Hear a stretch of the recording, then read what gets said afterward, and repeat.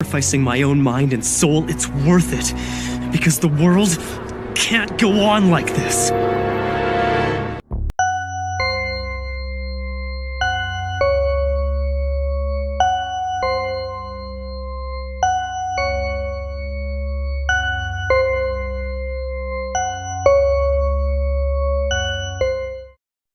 कुछ पागल होते हैं, कुछ पागल बन जाते हैं और कुछ पागलपन को अपना धर्म बना लेते हैं।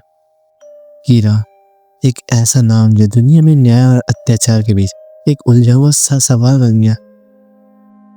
पर यह कहानी डेथ नोट की नहीं, ये कहानी एक मानव की जो भगवान बनने का ख्वाब देख बैठा था।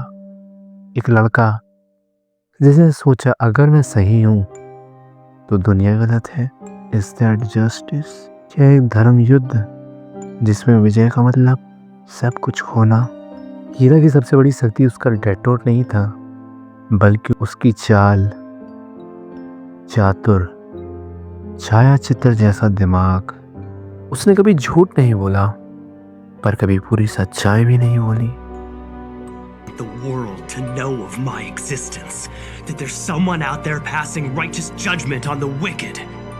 Because I've been bored too.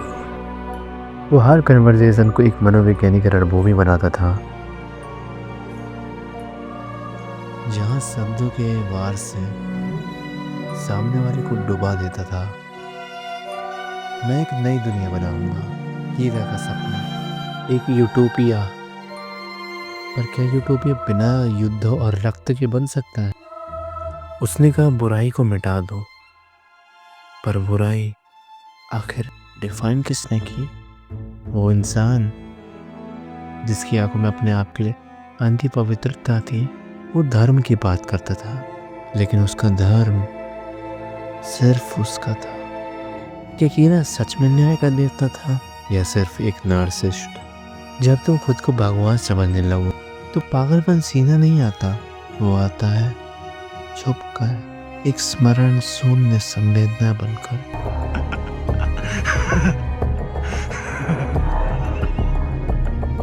कीरा का मैडनेस सबटाइटल था, एक ऐसी अनुभूति जो सच के बाहर थी। वो समझता भी था कि वो जगत का कर्ता धरता है, पर अंदर से वो अपने डर के सीने में अंतिम स्वर लिख रहा था। वो कर्म योगी नहीं था, वो एक भय योगी बन चुका था। Power corrupts but perfection consumes. हीरा को पावर नहीं चाहिए थी, उसे चाहिए था परफेक्शन। एक ऐसी दुनिया जहाँ कलंक ना हो, लेकिन क्या कलंक के बिना मानवता बची रहेगी? उसका ऑब्सेशन एक चक्रव्यूह था, और वो अर्जुन नहीं था, वो अभिमन्यु था, जो घुसा तो सही पर बाहर निकलना भूल गया था। लाइट एक ऐसे देवता का रूप था जिसका चेहरा राक्षस जैसा था। वो एक द्वंद्व था, डुअलिटी का जीवन प्रतीक। एक समय में वो एक आदर्श बेटा था, दूसरे ही पल में मौत का सौदागर। जब उसने कहा मैं कीरा हूँ, तब उसने एक दैविक चेतना को जन्म दिया, जहाँ इंसान और भगवान के बीच की रेखा धुंधली हो गई। उसका जीवन एक छाया पथ था, जिसमें रोशनी भी थी और अंधेरा भी। कीरा मर गया, पर क्या उसका विचार मरा?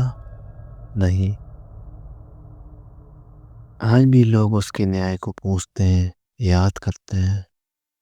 क्या ये विरासत है या एक श्राप जो नया कीरा पैदा करेगा? हिस्ट्री बताती है हर रेवोल्यूशन के बाद एक डिक्टेटरशिप जन्म लेती है। क्या कीरा भी एक डिक्टेटर था जो सिर्फ भले कपड़ों में छुपा था? या क्या हम सब एक ऐसे देवता की तलाश में हैं जो गलती करे पर जवाब ना दे? अस्तित्व का मूल सवाल ये नहीं कि हम जीते हैं, सवाल ये है आखिर हम किसके लिए जीते हैं? कीरा का जीवन एक दर्शन शास्त्र बन गया, एक समस्या जिसका कोई सीधा उत्तर नहीं। वो इंसान था,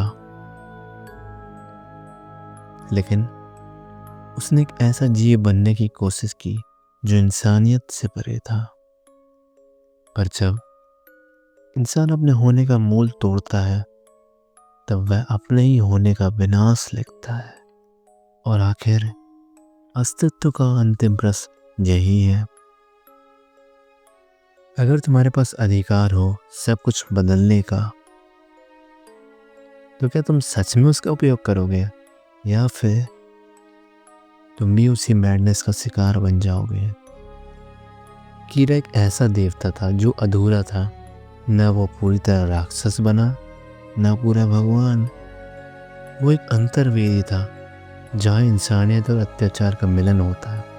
उसकी मौत एक समापन नहीं थी, वो एक प्रश्न था जो हर देखने वाले के अंदर गूंजता है। आज भी जब कोई इंसाफ में देरी देखता है, उसके दिल में एक सवाल उठता है, एक आवाज़ उठती है, अगर मेरे पास डेथ नोट होती तो। यही कीरा का जीवित दर्शन है, जो तुम्हारा अपना अंधेरा, जो सिर्फ तुम देख सकते हो और तुम ही उससे जीत सकते हो।